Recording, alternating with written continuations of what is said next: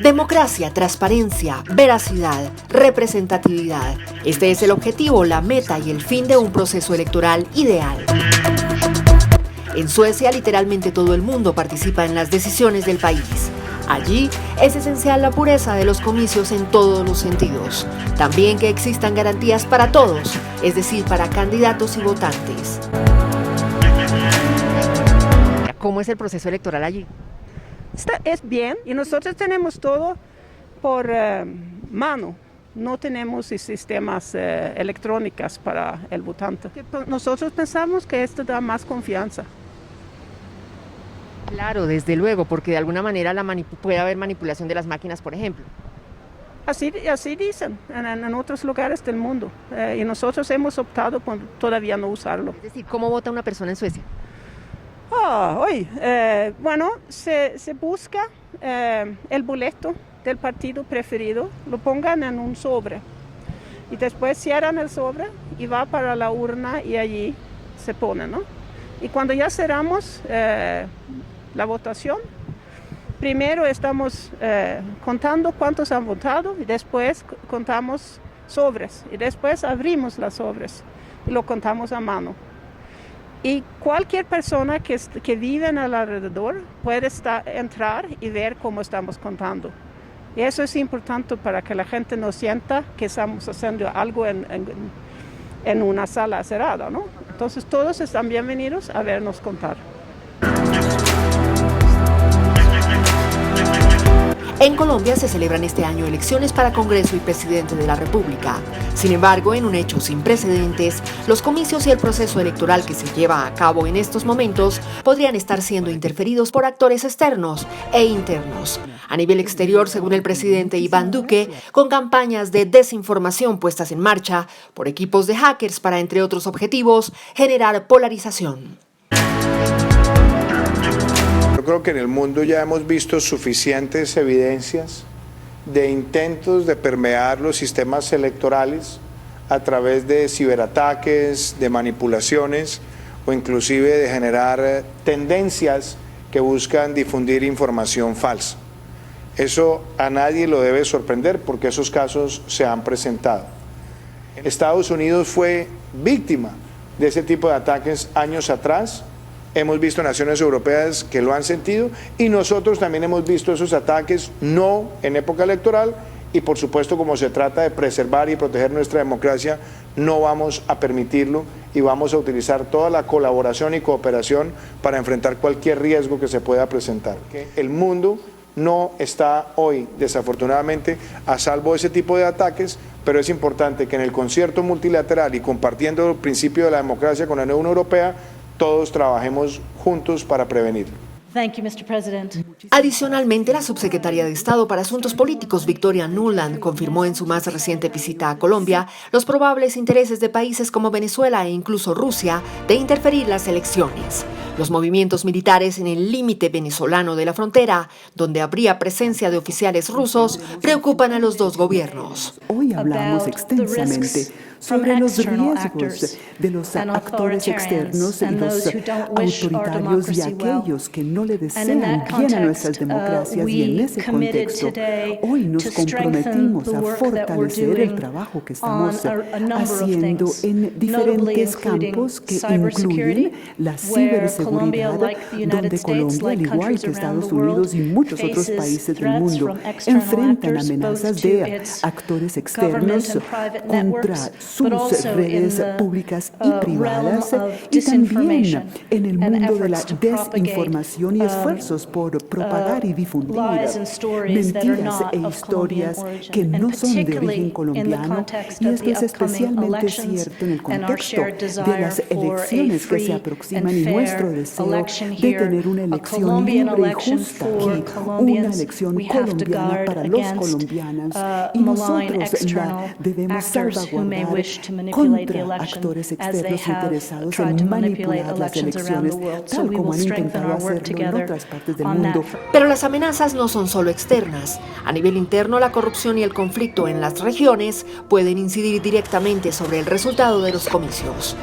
Diego Rubiano, subcoordinador del Observatorio Político de la Misión de Observación Electoral de Colombia, ¿cuál es el panorama, el mapa de riesgos para estas elecciones? Bueno, en este momento hay que hacer un análisis diferenciado respecto de las variables que estamos anotando. Cuando hablamos de factores indicativos de fraude electoral, es importante saber que estamos frente a dos elecciones que, si bien se realizan el mismo día, tienen comportamientos diferentes. Hablamos del Senado de la República, una elección que para nuestros indicadores tiene 323 municipios en riesgo, que si bien representan una disminución de cerca del 14% respecto de 2018, lo que vemos es una estabilización en los niveles de riesgo. Y esto pues particularmente es una lectura gracias a la sofisticación, si se quiere, de los mecanismos de incidir en las elecciones y que difícilmente ya pueden ser apreciados por la batería de variables que analiza la MOE. Ahora, cuando hacemos el análisis vía Cámara de Representantes, una elección mucho más compleja, con incidencia mucho más fuerte del poder local y de los políticos regionales, lo que vemos allí es una elección de 335 municipios en riesgo.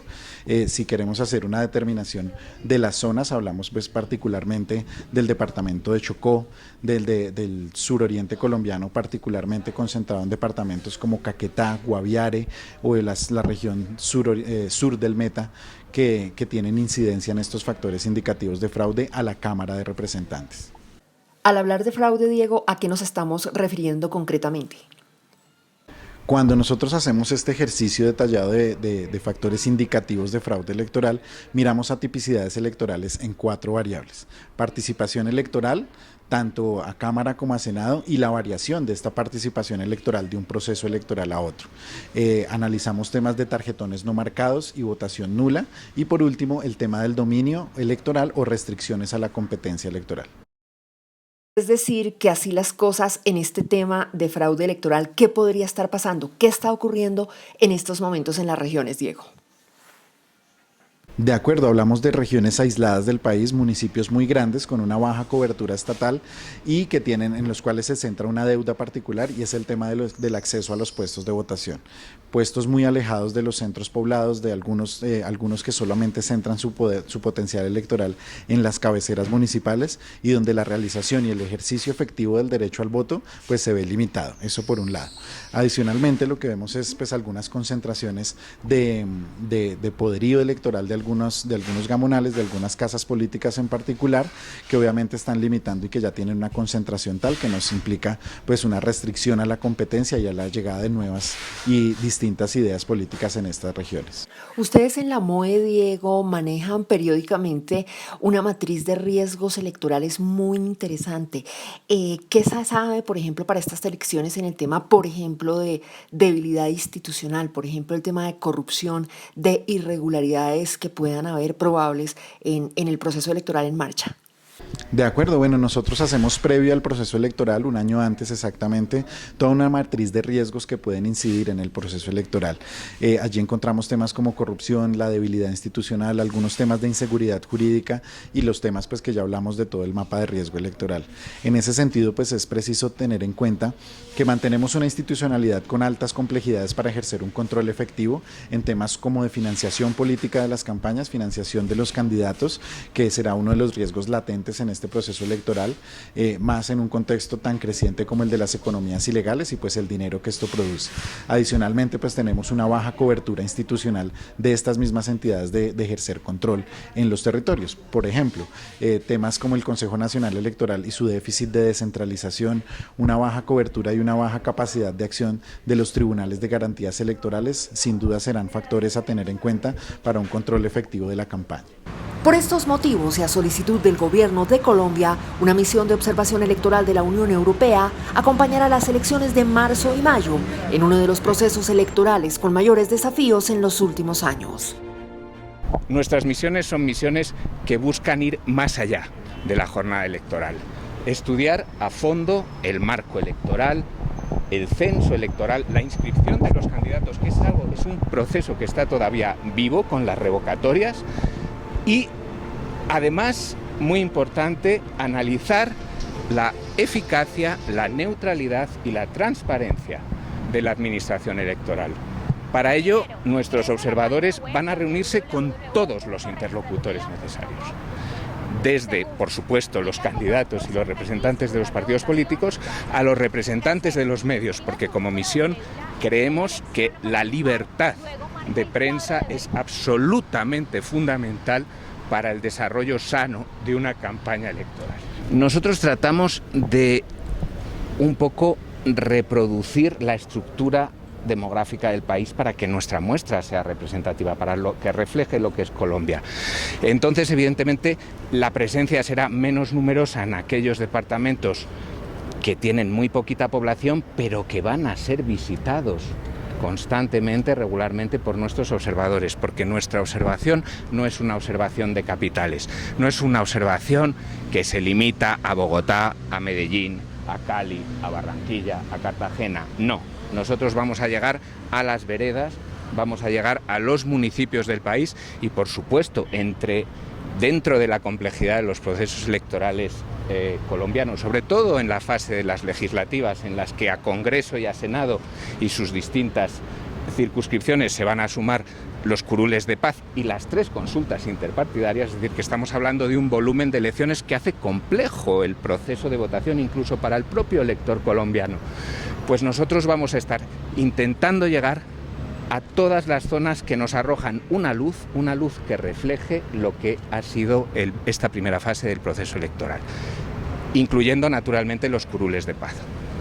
Porque es importante que esté la... ¿Corren riesgo las elecciones presidenciales en Colombia? Hace algunos días la subsecretaria de Estado para Asuntos Políticos de Estados Unidos, Victoria Nuland, advirtió sobre probables amenazas externas a las elecciones colombianas. ¿Creen ustedes que puede estarse presentando esta situación? ¿Cómo lo ven desde la MUE?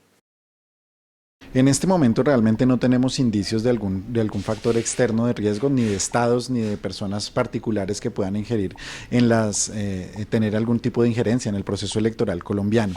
Lo que sí es cierto y en lo que sí debemos tener mucha cautela es en el tema de la debilidad institucional que explicaba hace un momento. El hecho de tener autoridad electoral con una capacidad baja de control, con una financiación de campañas tan abierta a la posibilidad de ingreso de recursos, caso Odebrecht hace ya 8 años, en la que pasó sin ningún control, pues seguirá siendo una amenaza a la posibilidad de ingreso de estos recursos. Para ustedes, Diego, ¿cuál es el principal riesgo en estas elecciones? Bueno, en este momento la principal amenaza sin duda son los factores de violencia. Tenemos un conflicto armado que se ha recrudecido y que particularmente se ha concentrado en las 16 circunscripciones de paz. La fortaleza que han tomado nuevamente actores armados como las disidencias de las FARC, ahora ya con una unidad de mando, con un poder de acción y una capacidad de nombres muy alta, con capacidad de afectar obviamente el proceso electoral. Esto sin duda alguna será uno de los elementos a tener en cuenta. ¿Y para elecciones de presidente, cómo ven la situación? Bueno, las elecciones presidenciales son un mundo aparte, es una elección mucho más sencilla, pero que está jugando mucho ahorita el 13 de marzo, en tanto que tenemos pues unas consultas presidenciales, 3 grandes coaliciones que van a determinar sus candidatos vía consulta popular y pues sin lugar a dudas esto va a ser un efecto que también nos traiga a colación dentro del 13 de marzo. Ahora, ¿qué tenemos allí? Bueno, una elección que seguramente se centrará en los grandes centros poblados de Colombia por el potencial electoral que allí se refiere, entonces una campaña seguramente centrada en las grandes ciudades, Bogotá, Cali, Medellín, Barranquilla, Bucaramanga, no tan cercana a las zonas rurales de nuestro país, pero que sí será importante que se acerque a estas zonas buscando obviamente ese elector diferenciador que va a determinar la elección en un sentido o en otro.